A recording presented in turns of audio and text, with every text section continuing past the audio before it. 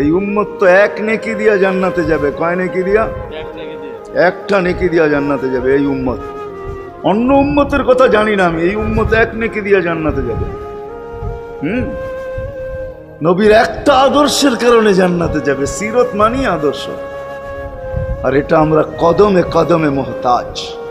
কেননা এই ছোট জীবনটা যদি গ্রহণযোগ্যতা পর্যন্ত পৌঁছাইতে হয় আল্লাহর কাছে, চাই নারী হই, চাই যুবক হই, চাই বৃদ্ধ হই, যেই মানুষই হই না কেন, যেখানেরই হই না কেন, যেই বাসারই হই না কেন, যেই বর্ণেরই হই না কেন, যেই পেশারই হই না কেন, যেই সোসাইটিরই হই না কেন, এই জীবনটাকে যদি গ্রহণযোগ্যতা পর্যন্ত পৌঁছাইতে হয় কার কাছে? দুনিয়া আলাদের কাছে না, মালিকের কাছে, যিনি এক ফোঁটা পানির থেকে অস্তিত্ব দিছেন, যার কাছে আবার আমাদেরকে ফিরা যেতে হবে।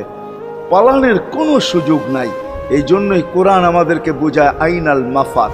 আল্লাহ বলতেছে কোথায় ভাগবে তুমি, বলো কোথায় ভাগবে? কবির কথাই সত্য, যদিও নাকি পালাও তুমি আকাশেতে লাগিয়ে সিঁড়ি, সিঁড়ি লাগাও যদি আকাশে চলে যাও, তো আল্লাহ বলে তোমার পাগার কোনো সুযোগ নাই। কেননা ইল্লা বি সুলতান, ওইখানেও আমার রাজত্ব, এইখানেও আমার রাজত্ব,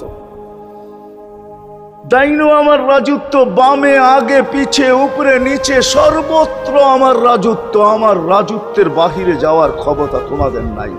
দ্বিতীয় কথা এটো, আইনা আনা মাআকুম আইনা মা কুনতুম, যেখানে যাবে ওইখানে আমি সঙ্গে থাকবো, আমাকে দূর করতে পারবে না।